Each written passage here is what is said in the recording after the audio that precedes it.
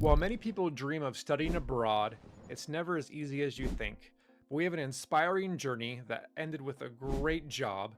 And so, Rishi, tell us, what was your background like back in India, and what was your decision on why you wanted to study abroad in America? Yeah, hey Rob. So essentially, I did my engineering in computer science, and then after completing my engineering from Pune University, I worked in India for a couple of years.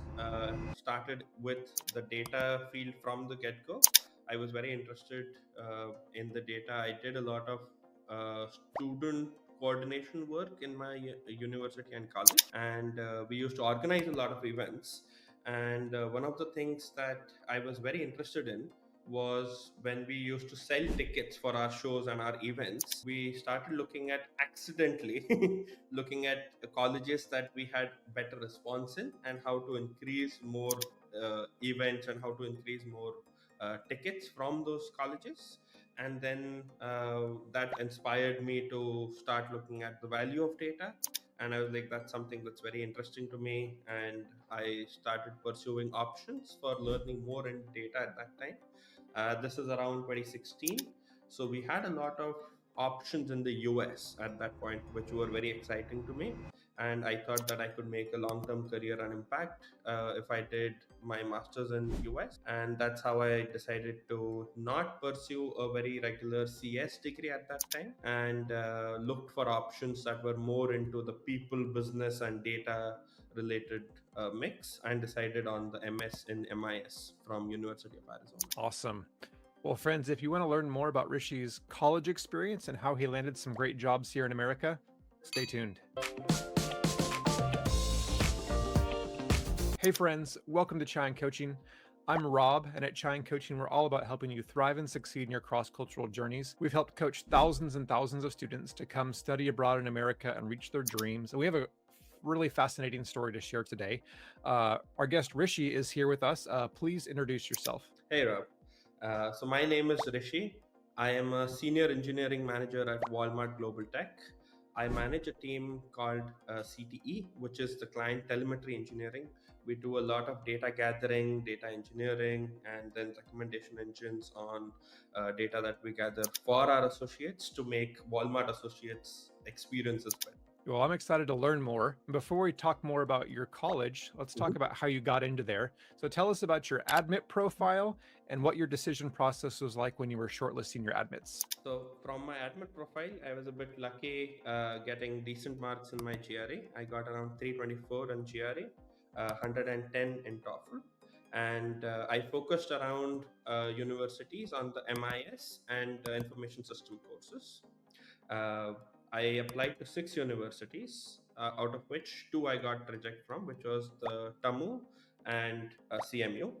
I got admits from the other four, which was University of Maryland, UIUC, John Hopkins, and UFA, University of Arizona. I picked UFA because UFA had the highest ranking out of the courses, had around top three MIS ranking at that point. Yeah, that's the Eller College of Business, right? College of Management. Yeah, it's absolutely like I had a wonderful experience there, and we'll talk obviously a little bit more about that. And did you That get any scholarships with any admits? I did get scholarships around 20,000 from the John Hopkins University. Awesome. That's great.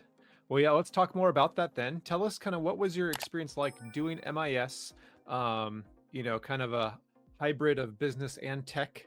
And what was it like there at the U of A for you? Absolutely, I had a wonderful time at the UFA. Eller introduced me to a lot of new concepts. I was at best above average student in my engineering, didn't do a lot of the actual work, and didn't spend a lot of time learning and doing things hands on when I was doing my engineering. I used to manage a lot of the student forums, and I was the president of our Rotaract club in the college, so I spent a lot of time doing that, not probably studying and improving my GPA. I had relatively low GPA. I had around 3.2. So not bad, but not great, not a top ranked GPA at best. But here's the secret. GPA does not matter as much in America. You don't need 4.0, you know, just a decent GPA. And I would say your involvement in those things are more important. It develops the soft skills, builds your resume. So being active outside the classroom is more important in America. So please, yeah, tell us about that. Absolutely. So I was the president of our Rotaract College. We organized a lot of events for our college in India, and also organized a lot of the professional development initiatives for our students there, and helped organize a lot of national level competitions and events in our college. So I was very heavily involved there. I also spent a lot of time trying to learn a lot of things for MS, and published, I think, two papers, technical papers. I was before I came to US, but coming to the University of Arizona was a very different experience. So I was not, even though I was in Pune and you have a lot of people coming in from different parts of the country, uh, coming to Eller and the exposure that I got with different cultures, different nationalities, different like backgrounds and people was very different. So I absolutely loved it. I got a lot of exposure. Did similar things here as well. I was part of the MIS Graduate Association. Helped organize events there as well, and was very interested in doing all of that. The one thing that I did not do well, which I, in the retrospect, would recommend people doing differently, is learning how to do small talk. I was absolutely terrified of just randomly approaching people and just initiating a conversation. But I've seen the importance of learning how to do that and genuinely being interested in people and building relationships. That has more value, I think, than a lot of the other things that we can learn and present. Yeah, definitely. That's so true. Being able to build those relationships, network is so important in America. Did you know that getting admitted into a top university isn't the only hard thing about going abroad? There's so much more that you have to do. Figuring out tuition loans, housing, forex, and more is going to stress you out. But what if everything that you needed to do was just in one place? Cheers to a new online resource dashboard powered by Foreign Advocates, which has everything you need to do to easily study abroad. Try the loan widget, which is like a magic wand letting you compare loan offers from over 15 banks in real time, saving you precious time and effort.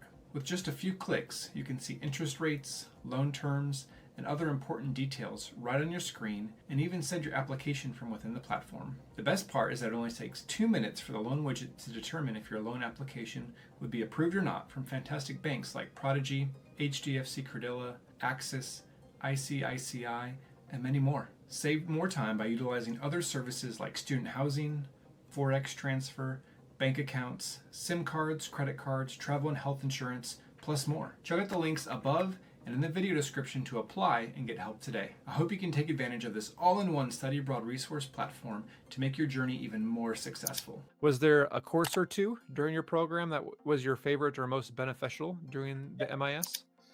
So we had a course which was called Enterprise Data Management, which was the favorite course that I had. I think a lot of my professional successes I will attribute to that course. We had a lot of like basic portions that were taught about data and how data is stored, how data is like collected, managed at the enterprise level, which was fundamental in many aspects, on which a lot of the advanced technologies or a lot of advanced designs and architectures are built on top of. So that was absolutely amazing for me. It was not the easiest of courses. I did not do quite well in that, uh, honestly, but absolutely loved learning it. And I can see now in retrospect that that helped a lot of the basic foundations of what I'm doing today. Yeah, and I want to just emphasize, a lot of students will pick easy professors, easy courses so they can get the good GPA. But again, GPA doesn't matter in America as much. So choose the hard professors, choose the hard courses.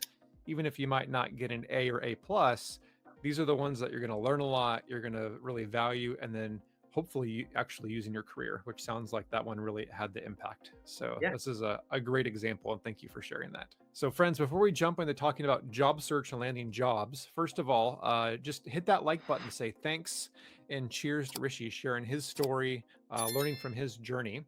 And our chai question for you, amazing audience who are watching, is what degree do you want to pursue abroad? Let us know in the comments. Again, tell us what degree, what program do you want to study abroad with? Let us know in the comments. We'd love to hear from our community. Okay, obviously, Rishi, when you come to America and study, you want to land some jobs. So, what Yes. was your kind of job search process and lessons learned when you were looking for those CPT and OPT jobs? Absolutely. So the first thing that I'll probably start with lessons learned was start with networking. Start on the day one. The one thing that I did not do in my first semester was I was extremely nervous approaching people and initiating conversations and networking and building relationships. Uh, Small talk is a big part of that. I did not do that or did not focus that much on it at first. The other thing that I did not do was enough applications. Essentially, I always thought that my resume was not ready and I will finish the course, I will add more things to it, I'll improve my resume, I'll keep making it better, and it's not matching the job description to where I want it to be, and I'm not ready and I didn't apply. So it's one of those things that you miss all the opportunities that you don't try for. uh, I will highly recommend that even if you are 70% there, apply, right? Uh, Tailor your resumes.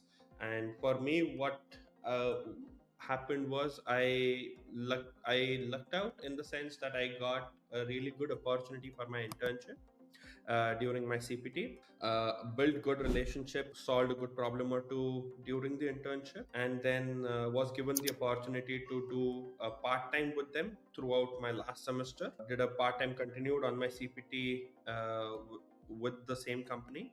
It was called Analytics at that time. Now they renamed Planful, and then converted that into the full time opportunity.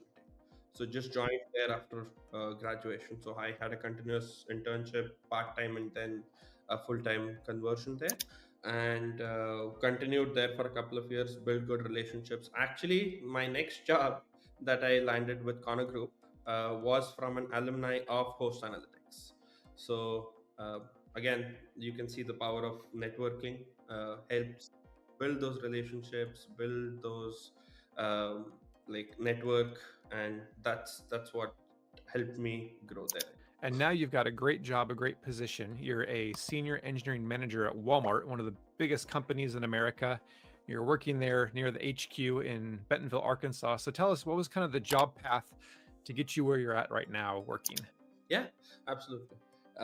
So I started, as I said, with Planful right out of my college. Spent some time there. Spent a lot of time building data engineering and pipelines for them, understanding their business. It was a financial FP&A tool. So spent a lot of time understanding the business and the finance behind it, and applying that to my data journey. Got recruited by the alums at Planful who moved into Connor Group. I had a really good relationship, and I'm very glad for him. So shout out to Vishal Saini. Moved to Connor Group with him. Helped build additional data pipelines and data solutions at Connor Group for around 3.5 years. Got promoted to a manager there, and helped grow the team, grow the people, build good solutions for our clients. And then I think the time was right to find a bigger role, and moved into Walmart around 6 months ago as a senior engineering manager for the telemetry. What is this job role like? What is kind of the day to day, week to week Yeah. being in a senior engineering management role? Absolutely. So I'm extremely glad and grateful for this job. I am a senior engineering manager at Walmart. Again, you can imagine Walmart is a Fortune 1 company, so you can imagine the scope and the scale of everything that we do. The day to day, again, is I'm responsible for managing a team.